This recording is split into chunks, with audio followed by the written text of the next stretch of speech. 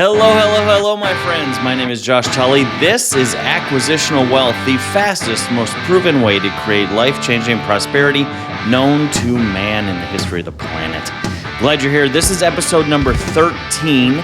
If you're just joining us for the first time, I would strongly recommend going back and watching episode number 1, and then binge watching the rest of them until you get to here. They kind of build upon each other.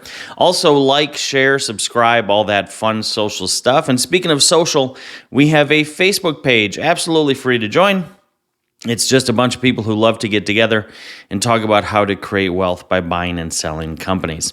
All right, so today's topic is going to be one that I would say is probably one of the most popular topics I get when I do a live class, and that is, am I too old or am I too young? It's amazing how this comes up. I became an entrepreneur at 12, so the short answer is nope, you're not too young.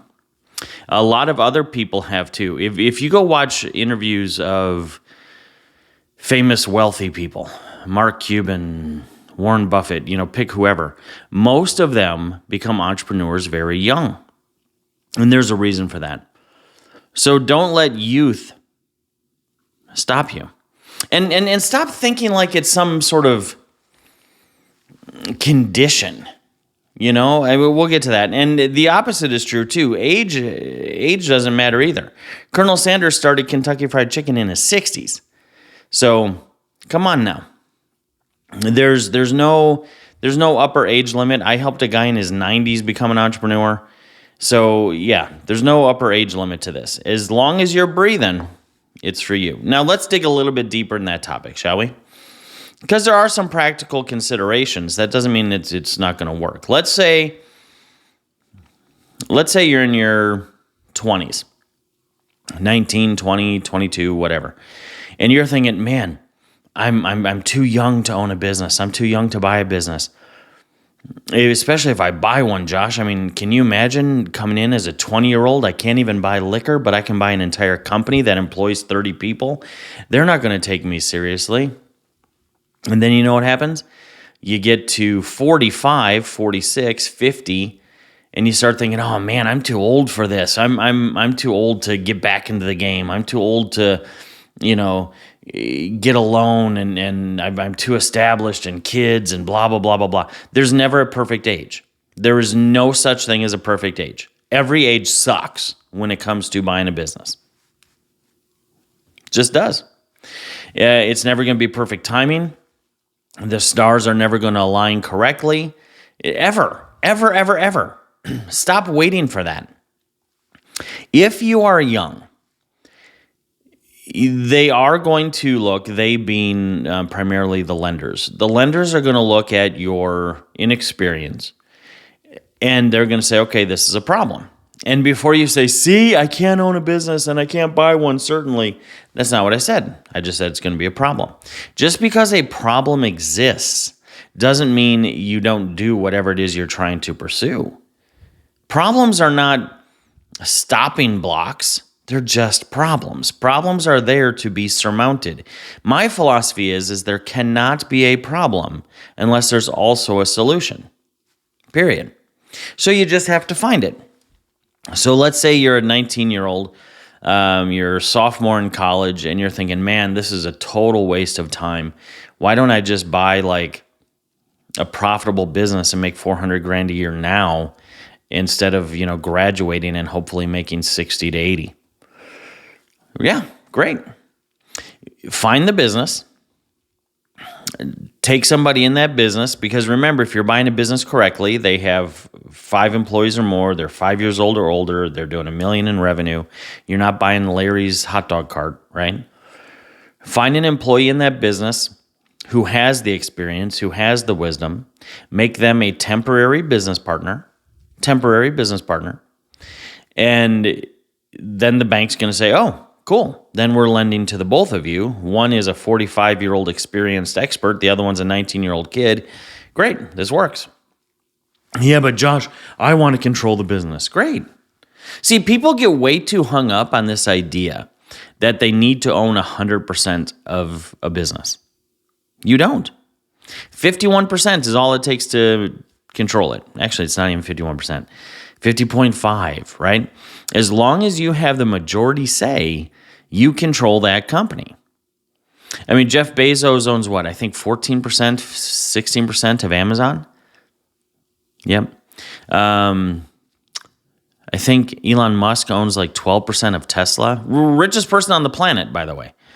So this idea that you have to own all of it just shows this sort of mental hurdle in your mind that's much bigger than your age.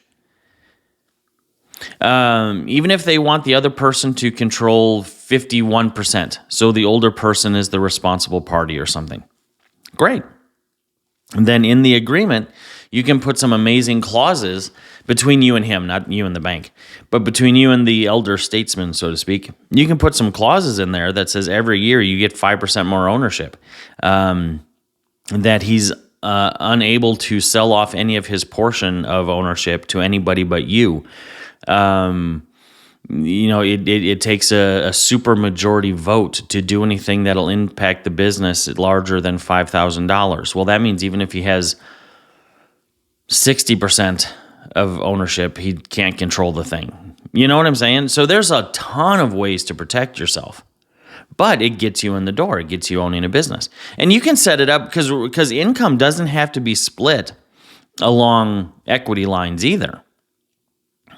I mean, you could each agree to take a $10,000 distribution from ownership, but then the company agrees to pay you $300,000 a year as a consultant or whatever. You get the point, right?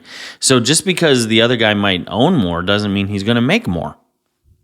So never let this idea that you're too young be this stumbling block that you think is insurmountable. You're still going to have to come up with a down payment like everybody else. You're still going to have to kind of level up. And I would say that's the biggest hurdle. The biggest hurdle is not, are the employees going to respect you? Let's just talk about that for a second. If you had a job and a 19-year-old comes in and owns the business that's doing $4 million in revenue and 30 employees or whatever, wouldn't you be impressed? Not the other way around. I would be impressed. Now, luckily, I've never had a boss younger than me, so that was nice. But it would still be impressive. It would still be impressive. So don't be thinking, I'm too young. They're not going to take me seriously. Every tech billionaire started out young. You don't think people like Mark Zuckerberg had to deal with that to the tune of billions of dollars? You're talking about a couple $1 million a year business. You're not talking about a couple $1 billion a month enterprise. So no, don't let it stop you. What I was going to say though is the biggest hurdles you have are actually the ones that are in your own mind. You will stop you more than anybody else will. You'll come up with every excuse. Well, I don't have my degree yet. Irrelevant. I'm not married yet. I don't have enough money yet. I'm too young. I don't understand the industry. All that stuff is just foolish. We kind of covered this in a previous episode. It wasn't about age, but it was about experience, where these lenders say silly things like, well, we would like to see them have more experience in this industry directly. Well, there's workarounds for that. Just because the bank says it doesn't mean it carries much weight. There's workarounds where you can satisfy their inappropriate desire to fulfill a requirement that's irrelevant and still accomplish the goal. Absolutely. So just kind of keep that in mind. Now let's go to the other side of the spectrum. Oh, Josh, I'm too old. Josh, you don't understand. I'm 86 years old. I can't get approved for a loan. They're going to want to take out a life insurance policy on me, and I'm too old for that. BS. Again, you just have to get creative with how you structure the thing. That's it. That's all you have to do. And you too can take on younger business partners. You can take on advisors, advisory boards, boards of directors, operations managers, managers of the company, all that sort of stuff. There are so many solutions to these age-related questions. And this is going to be a very short episode because it's kind of a simple answer. But you have to stop thinking that because you're too old, you can't do it either. So let's say, what's your concern?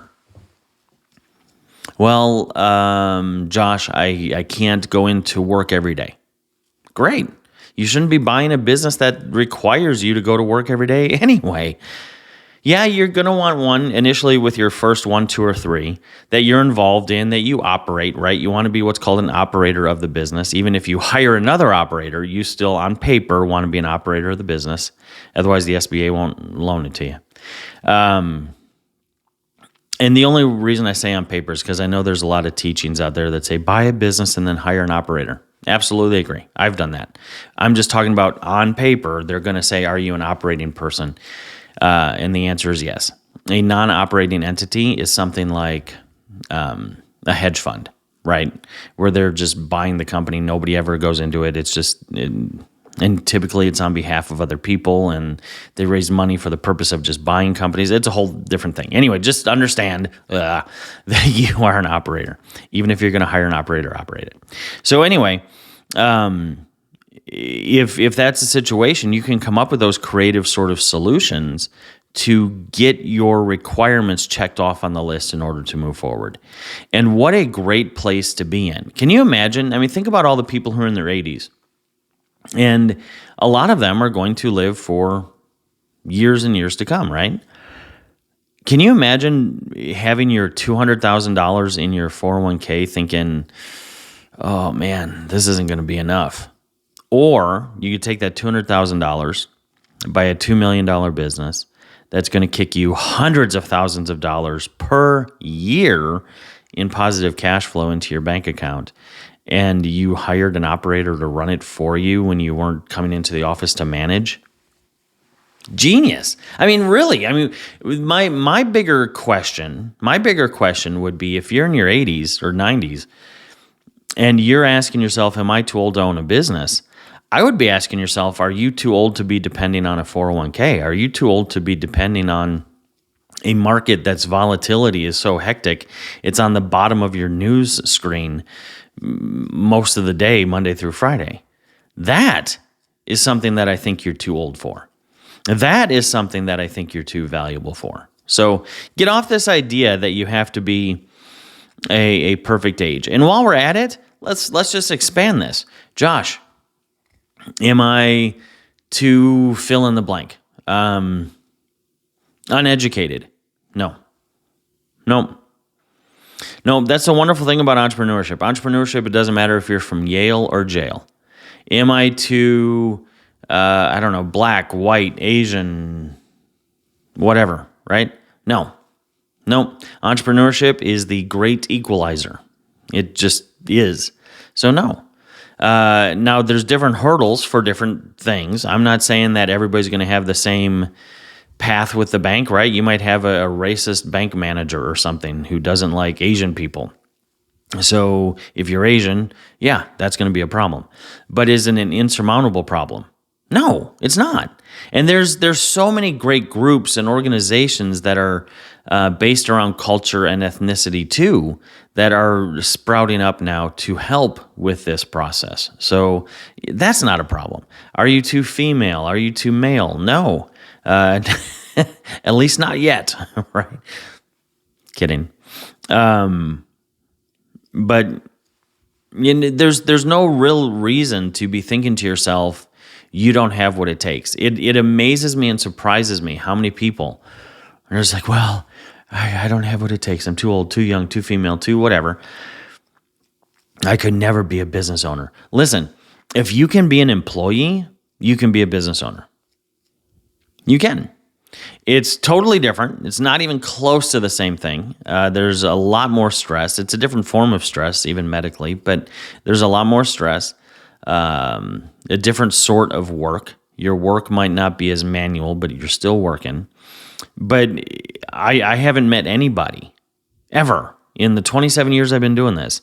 I haven't met anybody who could be an employee who couldn't also be a better business owner. Not one.